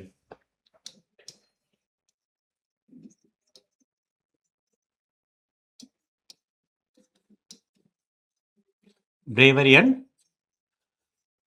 ட்ரெச்சரி. ஓகேவா? ஸோ வீரத்துக்கும் துரோகத்துக்கும் நடுவில் நடந்த வார் அப்படின்வாங்க. ஓகே, ஏன்னா இந்த பர்டிகுலர் வார்ல சீக்ஸ் வந்து மொத்தம் 5 இம்பார்ட்டன்டான பேட்டில்ஸை ஃபைட் பண்ணாங்க. ஓகே, ஃபெரோஷா, ஓகே, அந்த இடத்துல பார்த்தீங்கன்னா பிரிட்டிஷ் வந்து கிட்டத்தட்ட டோட்டல் டிஃபீட்டுக்கு நியர்ல வந்திருப்பாங்க. ஓகே, அந்த டைம்ல பிரிட்டிஷ் வந்து அந்த அளவுக்கு வேற எங்கேயும் அடி வாங்கியிருக்க மாட்டாங்க. ஆனா ஃபெரோஷா அப்படின்ற இடத்துல பிரிட்டிஷ் தோக்குற நிலைமைக்கு வந்துடுவாங்க. பட் எப்படி ஹிஸ்டரி மாறுனுச்சு அப்படின்றத பார்க்கலாம். டிசம்பர் 21 அப்ப பிரிட்டிஷ் ஆர்மி வந்து கம்ப்ளீட்டா ஷாம்பிள்ஸ், அதாவது பிரிஞ்சு பிரிஞ்சு போயிடுச்சு. ஜெனரல் ஹார்டின்ஜ்ன்றவர் என்ன பண்ணாருன்னு பார்த்தீங்கன்னா, அவரோட பிரைவேட் பேப்பர்ஸை கூட பேர்ன் பண்ணிடுங்க, ஏன்னா அது சிக்ஸ்க்கு கையில கிடைக்கக்கூடாது அப்படின்றத அண்டர்ஸ்டாண்ட் பண்ணி அப்படின்ற சுச்சுவேஷன் வந்துட்டு அவரோட பிரைவேட் பேப்பர்ஸ் எல்லாத்தையும் டெஸ்ட்ராய் பண்ணிடுங்கன்னு சொல்ற அளவுக்கு ஆர்டர்ஸ் எல்லாம் பாஸ் பண்ணியிருந்தாரு. ஆனால் சீக் ஆர்மி வின் பண்ற அதே நேரத்துல தேஜா சிங் அப்படின்றவர் என்ன பண்றாருன்னா, ஃப்ரெஷ் சார்ஜ் அட்டாக் பண்ணும். அதாவது முன்னாடி போன குரூப் வந்து அட்டாக் பண்ணிட்டாங்க, ஸோ அதுக்கு அடுத்த குரூப் அட்டாக் பண்ணும். இந்த குரூப்போட ஹெட் யாருன்னா தேஜா சிங்ன்ற பர்சன் தான். ஆனால் இவர் இந்த நேரத்தில் அட்டாக் பண்றதுக்கு டிக்ளைன் பண்றாரு. இந்த டைமை யூஸ் பண்ணி பிரிட்டிஷ் ரீக்ரூப் ஆயிடுறாங்க. இதே விஷயம் தான் என்ன ஆகுதுன்னு பார்த்தீங்கன்னா சொப்ரான் அப்படின்ற இடத்துலையும் நடக்குது. சிக்ஸ் சோல்ஜர்ஸ் வந்து பார்த்தீங்கன்னா அவங்களோட ஓன் லீடர்ஸ்னாலே பிட்ரே பண்ணப்படுறாங்க. அதனால என்ன ஆகுது அப்படின்னு பார்த்தீங்கன்னா போட் பிரிட்ஜ் கிரியேட் பண்றாங்க. ஆனால் அவங்களுக்கு சப்ளை வந்து ட்ரூப்ஸ் வந்து யாரு சிக்ஸ் கமாண்டர்ஸ் தரல. அதனால போட் பிரிட்ஜிலே சிக்ஸ் சோல்ஜர்ஸ் மாட்டிக்கிறாங்க. They are very famous for their bravery, but they were betrayed by their own people. Okay, so இந்த டைம்ல தான் என்ன ஆகுதுன்னு பார்த்தீங்கன்னா உங்களுக்கு நான் ஏற்கனவே சொன்ன மாதிரி 5 சக்சசிவ் டிஃபீட்ஸ். ஓகே, முட்கி, ஃபெரோஷா, இந்த இடத்துல நியர்லி 6 வின் பண்ணியிருப்பாங்க, ஆனால் டிஃபீட் ஆனாங்க. புத்தல்வால், அலிவால் அண்ட் தென் சொப்ரான். இந்த இடத்துல தான் நான் ஏற்கனவே சொன்ன மாதிரி சொப்ரான்ல தான் பார்த்தீங்கன்னா உங்களுக்கு ஹையஸ்ட் லெவல் ஆஃப் பிட்ரேயல் வந்திருக்கு. என்னன்னா படகுல இருக்க சிக்ஸ் ட்ரூப்ஸுக்கு அவங்க ஓன் லீடர்ஸே பார்த்தீங்கன்னா அடுத்தடுத்து ட்ரூப்ஸை சப்ளை பண்ண மாட்டாங்க. ஸோ இதனால என்ன ஆகுது அப்படின்னு பார்த்தீங்கன்னா கம்ப்ளீட்டா லாகூர் பிரிட்டிஷோட கண்ட்ரோல்ல February 20, 1846 அப்ப விழுந்துடும். இது ஒரு ஹிஸ்டாரிக்கலி இம்பார்ட்டன்ட் ஈவெண்ட். ஏன்னா ராஜா ரஞ்சித் சிங் கிரியேட் பண்ண லாஸ்ட் கிரேட் எம்பையர் பிரிட்டிஷோட கண்ட்ரோலுக்கு கொஞ்சம் கொஞ்சமா மூவ் ஆகிறது தான் நாம் இப்போ பார்த்துக்கிட்டு இருக்கோம்.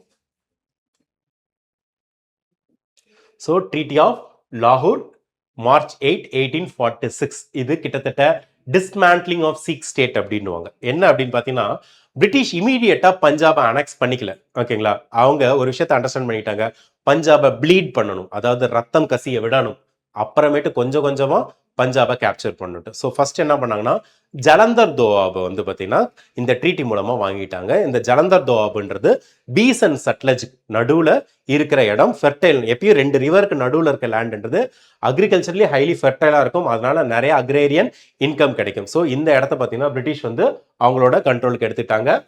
1 crore rupees வார் இண்டெம்னிட்டியா சிக்ஸ் கிட்ட இருந்து வாங்கிட்டாங்க. And then most important controversial என்ன இஷ்யூ என்ன அப்படின்னு பார்த்தீங்கன்னா லாகூர் ட்ரெஷரி எம்டியா இருந்ததுனால அவங்களால அந்த 1 crore rupees பே பண்ண முடியல.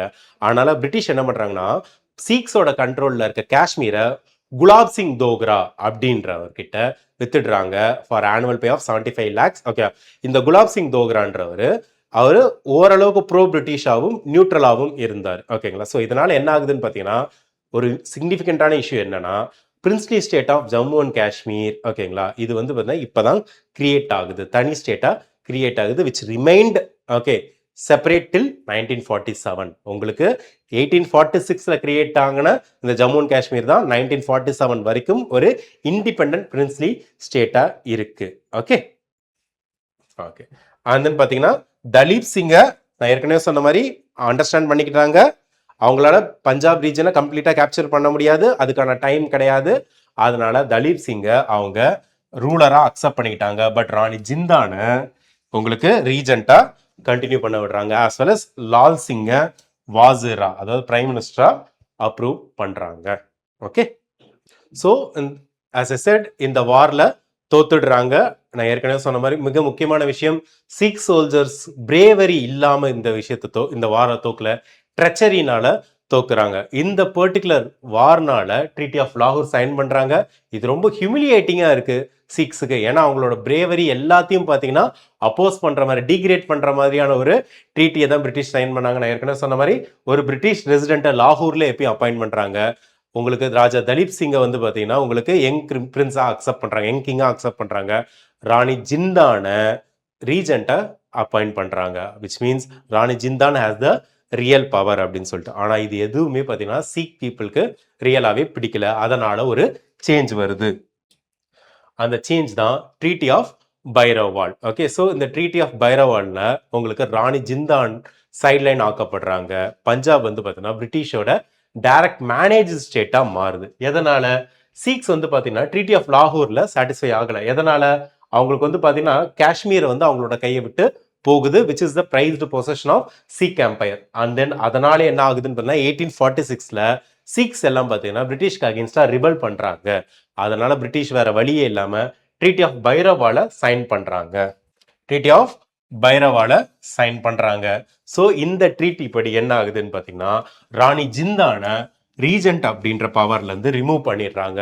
அண்ட் தென் அவங்களோட ஒரு பர்சனோட பிளேஸ்ல ஒரு கவுன்சில் அப்பாயிண்ட் பண்றாங்க. ஸோ கவுன்சில் ஆஃப் ரீஜென்சி அப்படின்னு சொல்லிட்டு பஞ்சாபை அட்மினிஸ்ட்ரேட் பண்றதுக்காக ஒரு கவுன்சிலை பிரிட்டிஷ் அப்பாயிண்ட் பண்றாங்க. அண்ட் தென் இந்த கவுன்சில் 8 சர்தார்ஸை வச்சிருந்தது, கொண்டிருந்தது. Okay, the council has had 8 சர்தார்ஸ் which are they are under the control of British. அது மட்டும் இல்லாமல் they were presided over by the English resident Henry Lawrence. So British அவங்களோட direct கண்ட்ரோலை Punjab மேல செலுத்த ஆரம்பிச்சிட்டாங்க.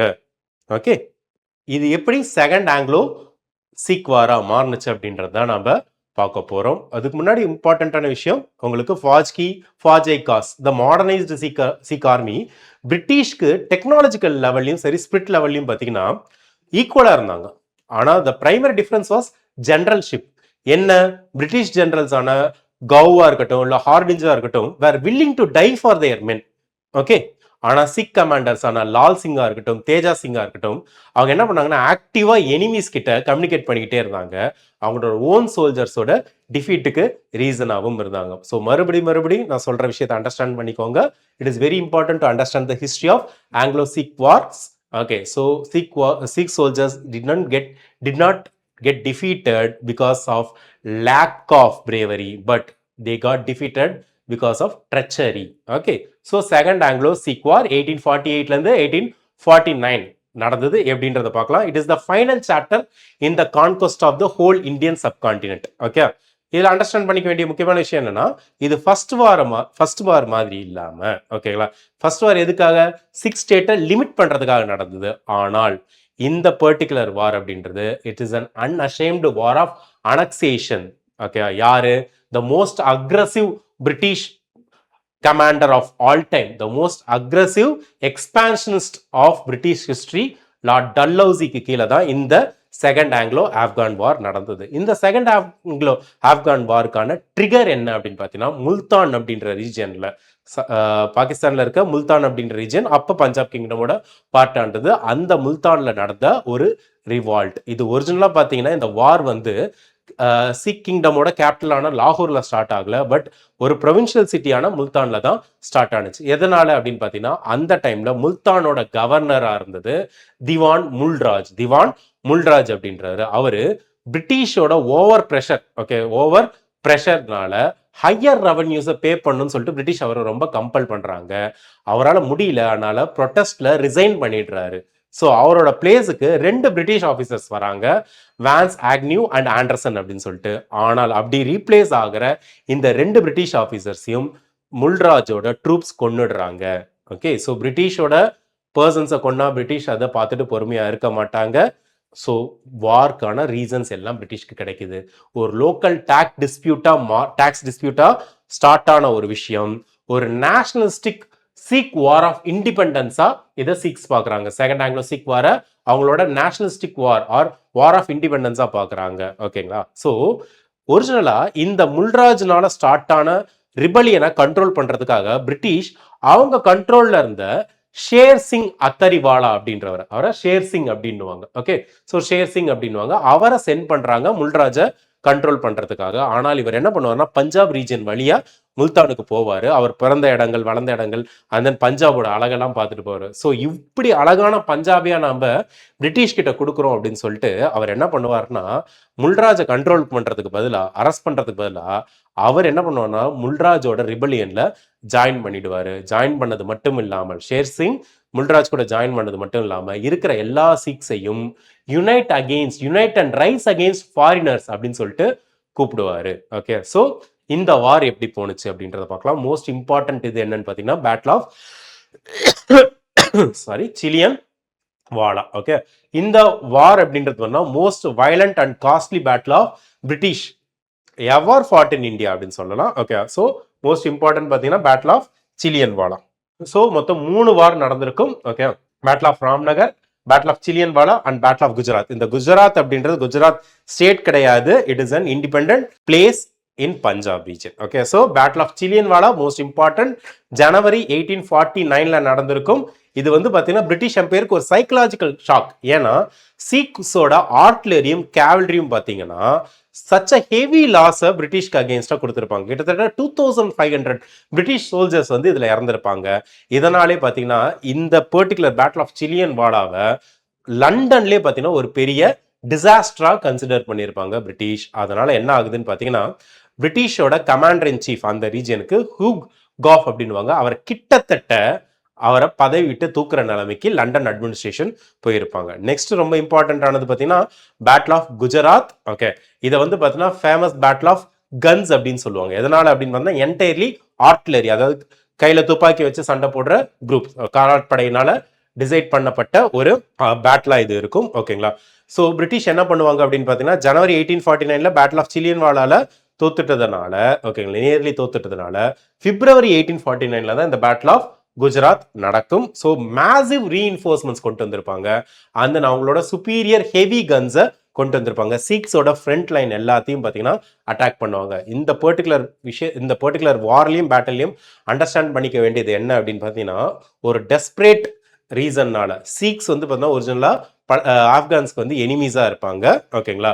சீக்ஸ் அவங்களோட ஓல்டு எனிமீஸான ஆப்கான்ஸ் கூட யுனைட் ஆயிடுவாங்க. அப்போ ஆப்கானோட கிங் யாருன்னா தோஸ்த் முகமது கான். ஆனா சீக்ஸ் என்னதான் பண்ணாலும் சரி பிரிட்டிஷ் இப்போ ரொம்ப சுப்பீரியர் பொசிஷன்ல இருப்பாங்க. அதனால சீக்ஸை டிஃபீட் பண்ணிடுவாங்க. சீக்ஸ் எல்லாம் பார்த்தீங்கன்னா ராவல்பிண்டியில சரண்டர் ஆயிடுவாங்க. அதே நேரத்தில் என்ன ஆகும்னு பார்த்தீங்கன்னா, சீக்ஸ் சரண்டர் ஆனோடனே பிரிட்டிஷ் ட்ரூப்ஸ் எல்லாம் ஆப்கானோட கேவல்ரியை, ஓகேங்களா, உங்களுக்கு all the way back to Khyber pass வரைக்கும் பார்த்தீங்கன்னா துரத்தி விட்டுருப்பாங்க. ஸோ செகண்ட் ஆங்கிலோ சீக் வார்ல பிரிட்டிஷ் பார்த்தீங்கன்னா ஒரு இன்டாமினபிள் விக்டரியை அட்டைன் பண்ணியிருப்பாங்க. So result of the war is actually the end of Sikh sovereignty. Okay, March 29, 1849 அப்ப 11-year-old மகாராஜா தலீப் சிங்கை வேற வழியே இல்லாம அவரோட கிங்டம் பார்த்தீங்கன்னா கொடுக்கறதுக்கு சைன் பண்ண வச்சிருப்பாங்க.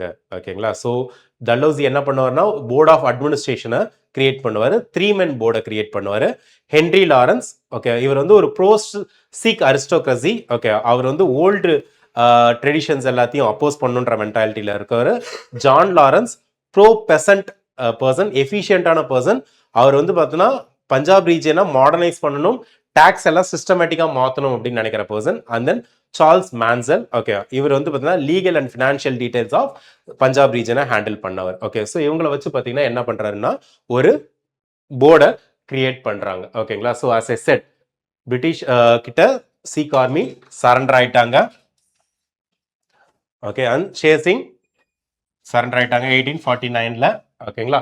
அண்ட் தென் இந்த அனெக்சேஷனுக்காக உங்களுக்கு டல்ஹவுசிக்கு மார்க்கிஸ் அப்படின்ற அத்தாரிட்டி தராங்க. பதவி, ஒரு பதவி உயர்வு மாதிரி, மார்க்கிஸ் டல்ஹவுசி. அதனால தான் மார்க்கிஸ் ஆஃப் டல்ஹவுசி அப்படின்னுவாங்க. லார்ட் அப்படின்றதுக்கும் கொஞ்சம் மேல. ஓகே, அண்ட் தென் டல்ஹவுசி என்ன பண்றாருன்னா ஒரு 3 மெம்பர் போர்டை கிரியேட் பண்றாரு. Okay, Lawrence brothers, Henry, John and Charles Mansel. Okay, Charles Mansel நான் ஏற்கனவே சொன்ன மாதிரி ஒவ்வொருத்தவங்களும் ஒவ்வொரு விஷயத்துல ஏபிளான பர்சன். ஆனால் 1853ல இவங்களுக்குள்ளார இருக்க ஒரு இன்டர்னல் இஷ்யூஸ்னால, அதாவது லாரன்ஸ் பிரதர்ஸ் உள்ளார இருக்க ஒரு இன்டர்னல் இஷ்யூஸ்னால போர்டை அபாலிஷ் பண்ணிடுறாங்க.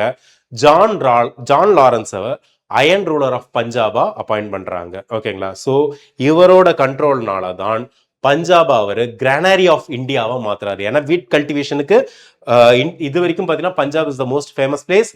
கிரீன் ரெவல்யூஷன் ஹை லெவலில் சக்ஸஸ் ஆன பிளேஸும் அதுதான். அதுக்கான காரணம் என்ன அப்படின்னு பார்த்தீங்கன்னா அவர் என்ன பண்றாருன்னா பஞ்சாபா அவரோட எஃபிஷியன்ட் அக்ரிகல்ச்சரல் ப்ராக்டிஸ்க்காக இது பண்றது மட்டும் இல்லாமல் பஞ்சாப் ரீஜன் எப்போ ஒரு காலத்தில் வந்து பிரிட்டிஷ் ஹை லெவலில் அப்போஸ் பண்ணிட்டு இருந்த அதே பஞ்சாபீஸை சீக்ஸை வந்து பார்த்தீங்கன்னா உங்களுக்கு ஒரு loyal recruitment ground for British ஆர்மியா அவர் மாத்துறாரு. ஓகேங்களா. From enemies to martial race தியரின்னு 1857 ரிவால்ட் அப்ப நம்ம பார்ப்போம். எப்படி பிரிட்டிஷ் வந்து இந்தியாவில் இருக்க சில குரூப்ஸை அவங்களுக்கு ரொம்ப ஃபேவரபிளா மாத்தினாங்க அப்படின்னு சொல்லிட்டு அதுல மோஸ்ட் இம்பார்ட்டன்ட் சீக்ஸ் தான். ஓகே, சீக்ஸ் ஒரு காலத்தில் பிரிட்டிஷ் ஹை லெவல் அப்போஸ் பண்ணாங்க. பட் லேட்டரா பிரிட்டிஷோட சர்டன் பாலிசிஸ்னால பிரிட்டிஷ்க்கு ரொம்ப க்ளோஸா சீக்ஸ் மாறிட்டாங்க.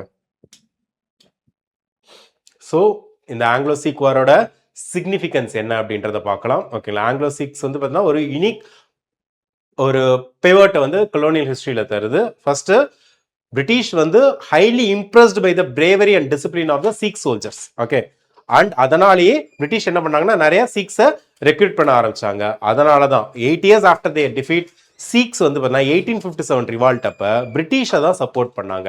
இது காரணம் என்னன்னு பார்த்தீங்கன்னா ஜான் லாரன்ஸோட efficient administration in Punjab as well as முகல்ஸ்க்கு அகேன்ஸ்டா தான் சீக்ஸ் இருந்தாங்க. ஏன்னா 1857 ரிவால்ட்ல இந்தியாவில் யாரை ரூலரா சூஸ் பண்றாங்க ரிவால்ட் பண்ண சோல்ஜர்ஸ்லாம் முகல்ஸை தான். ஆனா நான் ஏற்கனவே சொன்ன மாதிரி லேட் சீக் குருஸ் எல்லாத்தையும் முகல்ஸ் தான் கொண்டு இருப்பாங்க. அதனாலே முகல்ஸ்க்கு அகேன்ஸ்டா இருக்கிற மென்டாலிட்டினாலையும் தான் பிரிட்டிஷ் 1857 ரிவால்ட்ல சீக்ஸ் வந்து சப்போர்ட் பண்ணுவாங்க. ஓகே, ஸோ 1857 ரிவால்ட்ல எதுக்காக சீக்ஸ் பிரிட்டிஷை சப்போர்ட் பண்ணாங்க நிறைய பேருக்கு ஒரு கன்ஃபியூஷன் இருக்கும். இதுதான் இம்பார்ட்டண்ட்டான ரீசன். ஓகே, அண்ட் 1849ல ஒரு இம்பார்ட்டண்ட்டான ஒரு இன்ட்ரெஸ்டிங்கான ஃபேக்ட் சொல்றேன். 1849ல சீக்ஸ் வந்து பிரிட்டிஷ் கிட்ட சரண்டர் ஆயிட்டாங்க. சரண்டர் ஆனப்பதான் ராஜா தலீப் சிங் கிட்ட இருந்து கோஹினூர் டைமண்டை பிரிட்டிஷ் கேப்சர் பண்ணி குவீன் விக்டோரியாவுக்கு சென்ட் பண்ணாங்க. அது இது வரைக்கும் பிரிட்டிஷோட கிரவுன் ஜுவல்ல இருக்கு. And then most importantly Dalhousie is ambitious பர்சன்றதுக்கு இந்த Anglo Sikh war, second Anglo Sikh war ஒரு நல்ல எக்ஸாம்பிள். ஏன்னா அவரு லண்டன்ல இருந்து பெர்மிஷன் வர வரைக்கும் வெயிட் பண்ணவே இல்லை. அவர் என்ன பண்ணார்னா அவர் ரொம்ப ஃபேமஸான ஒரு கோட் சொன்னாரு, I take this responsibility on my self அப்படின்னு சொல்லிட்டு. எதுக்காக? கண்டிப்பா பஞ்சாபோட வெல்த்தும் சரி ஸ்ட்ராட்டஜிக் லொகேஷனும் சரி it is very highly valuable. அதனால அதை தைரியமா போய் கேப்சர் பண்றாரு. அந்த லாஸ்ட் மகாராஜா தலீப் சிங் அவர் என்ன பண்றாருன்னா அவங்களோட அம்மா கிட்ட இருந்து பிரிச்சிடுறாங்க. பிரிச்சது மட்டும் இல்லாம அவரை கிறிஸ்டியானிட்டிக்கு கன்வெர்ட் பண்ணி இங்கிலாந்துக்கு எக்ஸைல் பண்ணிடுறாங்க. அவர் ரொம்ப நாள் இந்தியாவுக்கு ரிட்டர்ன் வரதுக்கு ட்ரை பண்ணாரு, அவரோட த்ரோனை வந்து ரீச் பண்றதுக்கும் அவரோட ஃபெய்த்துக்கு ரீகன்வெர்ட் ஆகிறதுக்கும். பட் ஆனால் அது ப்ராப்பரா நடக்கலை. ஓகே, ஸோ ஒரு சின்ன சம்மரி மாதிரி பார்த்துடலாம் என்னென்ன பேட்டில்ஸ் நடந்தது, என்னென்ன ட்ரீட்டிஸ் அப்படின்றது. பேட்டில் ஆஃப் சிலியன்வாலா 1849ல நடந்தது. ஹியூக் கவுக்கும் ஷேர் சிங்குக்கும் பிரிட்டிஷ் தான் வின் பண்ணாங்க. மேசிவ் கேஷுவாலிட்டிஸ் இருந்தாங்க. பேட்டில் ஆஃப் குஜராத் 1849 நடந்தது. பேட்டில் ஆஃப் கன்ஸ் அப்படின்னு சொல்லலாம். டிசிசிவ் பிரிட்டிஷ் விக்டரி, சீக்ஸ் வந்து சரண்டர் ஆயிட்டாங்க. அண்ட் 1849ல அனெக்சேஷன் நடந்தது லார்ட் டல்ஹவுசி மூலமா. Punjab has become the British province. And 1853ல John Lawrence was appointed as the chief commissioner and Punjab has become the chief commissionership. Okay, Punjab was fully integrated into the British Raj. Okay, so understand பண்ணிக்கோங்க. Okay, so most important thing நான் ஏற்கனவே சொன்னேன் இந்த particular வீடியோவில் நம்ம PYQs பார்க்க போகிறோம் அப்படின்னு சொல்லிட்டு.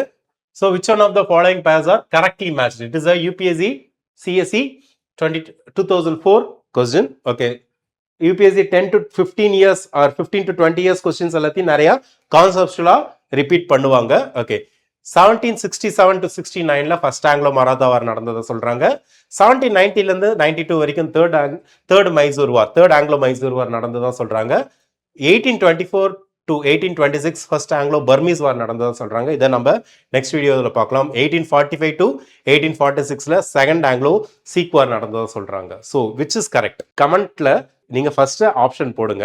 Let us check. 2 and 3 are correct. So third Mysore war correlates with 1790 to 92, and then first Anglo-Burmese war 1824 to 26, which means 1 and 4 are wrong. எதனால அப்படின்னு பார்க்கலாம். ஓகேங்களா, ஃபர்ஸ்ட் 1767ல இருந்து 69ல நடந்தது ஃபர்ஸ்ட் ஆங்கிலோ மைசூர் வார். ஃபர்ஸ்ட் ஆங்கிலோ மராத்தா வார் ஆக்சுவலா பாத்தீங்கன்னா லேட்டரா 1775ல இருந்து 1782 வரைக்கும் நடந்திருக்கும். ரெண்டாவது தேர்ட் ஆங்கிலோ மைசூர் வார் ஆக்சுவலா பாத்தீங்கன்னா இந்த பீரியட்ல தான் நடந்திருக்கும். உங்களுக்கு ட்ரீட்டி ஆஃப் ஸ்ரீரங்கப்பட்டினம், உங்களுக்கு ஏற்கனவே லாஸ்ட் வீடியோல பார்த்திருப்போம். Treaty of Srirangapatnam 1 crore rupees war indemnity, அது கொடுக்க முடியாதனால திப்புவோட சன்ஸை கேப்சர் பண்ணி உங்களுக்கு வேலூர் ஃபோர்ட்ல அடைச்சிருப்பாங்கன்னு சொன்னேன். அண்ட் தென் தேர்ட் பேரும் கரெக்ட். ஃபர்ஸ்ட் ஆங்கிலோ பர்மீஸ் வார் வந்து பார்த்தீங்கன்னா இந்த பர்டிகுலர் பீரியட்ல தான் நடந்திருக்கும். அண்ட் தென் உங்களுக்கு 1845 to 46ல தான் பார்த்தீங்கன்னா ஃபர்ஸ்ட் ஆங்கிலோ சீக் வார் நடந்திருக்கு. ஆனால் செகண்ட் ஆங்கிலோ சீக் வார்னு சொல்லியிருப்போம். ஆக்சுவலாக பார்த்தீங்கன்னா செகண்ட் ஆங்கிலோ சீக் வார் நடந்தது 1848 to 1849ல. ஸோ லிசன், இயர்ஸ் பேஸ்டாக UPSC இப்போ அந்த அளவுக்கு கொஸ்டின் கேட்கறதில்ல. ஆனாலுமே இயர்ஸை ஓரளவுக்கு டைம் லைனை தெரிஞ்சு வச்சுக்கிறதுன்றது ரொம்ப ரொம்ப UPSCக்கு இம்பார்ட்டன்ட். ஸோ இயர்ஸை பார்த்து பயப்படாதீங்க, டைம் லைன் கிரியேட் பண்ணுங்க. அதன் மூலமாக ஹிஸ்டரியை ஈஸியாக படிக்கலாம். நெக்ஸ்ட் ஒரு கொஸ்டின் பார்க்கலாம். Which one of the following paths is correctly matched? இது UPSC 1995 question. as I said, நிறைய கான்செப்ட்ஸ் வந்து ஹிஸ்டரி 1980ஸ்ல இருந்து கொஸ்டின்லாம் இப்போ ரிஃப்ளெக்ட் பண்றாங்க. ஸோ பேட்டில் ஆஃப் பக்சர் யாருக்கு நடந்தது? மிர் ஜாஃபர் வர்சஸ் ராபர்ட் கிளைவ்ன்றாங்க. Battle of Wandiwash French versus East India company. இதுல which one of the following is correctly மேட்ச்ட்னு கேட்கறாங்க. Battle of Chillianwala Dalhousie versus Marathas. Battle of Kharda Nizam versus East India company. எது right option? Answer நான் காட்டுறதுக்கு முன்னாடி you should comment. Okay, be bold. Okay, தைரியமா இருங்க, தப்பு பண்ணி தான் ஹிஸ்டரியில கத்துக்க முடியும். ஓகே, பேட்டில் ஆஃப் வாண்டிவாஷ் தான் ஒரிஜினலா பார்த்தீங்கன்னா பிரிட்டிஷ் அண்ட் பிரெஞ்சுக்கு நடுவில் நடந்தது. பேட்டில் ஆஃப் வாண்டிவாஷ் எப்போ நடந்தது? 1760ல. இதனால தான் பிரெஞ்சோட அத்தாரிட்டி இந்தியாவில் குறைஞ்சது. ஓகேங்களா, so decisive battle third Carnatic வார்ல நடந்தது. ஓகேங்களா, பிட்வீன் பிரெஞ்ச் அண்ட் பிரிட்டிஷ்குள்ள. East India company sir Eyre Coote, okay, Chennai ரீஜியன்ல தான் இது நடந்திருக்கும். சக்சஸ்ஃபுல்லி பிரெஞ்சை டிஃபீட் பண்ணியிருப்பாங்க. பிரெஞ்சோட ஹெட் அப்ப count Lally. Okay, and then battle of Buxar 1764ல பெங்கால் ரீஜியன்ல நடந்திருக்கும். Between command of British East India company on one side and on the opposite side 3 great Indian powers. Okay, Mughal emperor Shah Alam II, and then பாத்தீங்கன்னா combined armies, as I said, Mir Qasim, Nawab of Bengal, Shujauddaulah, Nawab of Awadh, and Mughal Emperor Shah Alam II. அதுக்கு அடுத்து இன்னைக்கு கிளாஸ்ல நம்ம பார்த்த battle of Chillianwala 1849ல. it has happened during the second Anglo-Sikh war. இது British East India கம்பெனிக்கும் சீக் எம்பையருக்கும் நடுவில் நடந்திருக்கும். and then battle of Kharda 1795ல மராத்தா எம்பையருக்கும் நிசாம் ஆஃப் ஹைதராபாத்துக்கும். நம்ம ஏற்கனவே பார்த்தோம் ஹைதர் அலியோட பீரியட். அந்த பீரியட்ல பாத்தீங்கன்னா இது நடந்திருக்கும், resulting in the decisive victory of Marathas. So as friends, really we are happy. So உங்களோட கண்டினியூஸ் சப்போர்ட் வேணும். எந்த டவுட்டா இருந்தாலும் உங்களுக்கு நீங்க கமெண்ட்ல போடுங்க. ஹிஸ்டரி எப்படி படிக்கணும் சார், இந்த பர்டிகுலர் சாப்டர் எப்படி அப்ரோச் பண்ணணும், அந்த மாதிரி எந்த டவுட்டா இருந்தாலும் மறக்காம கமெண்ட்ல போடுங்க. we will support you. Thank you very much. Okay, see you in the next video. Thank you. Veranda IAS, where your dream becomes reality.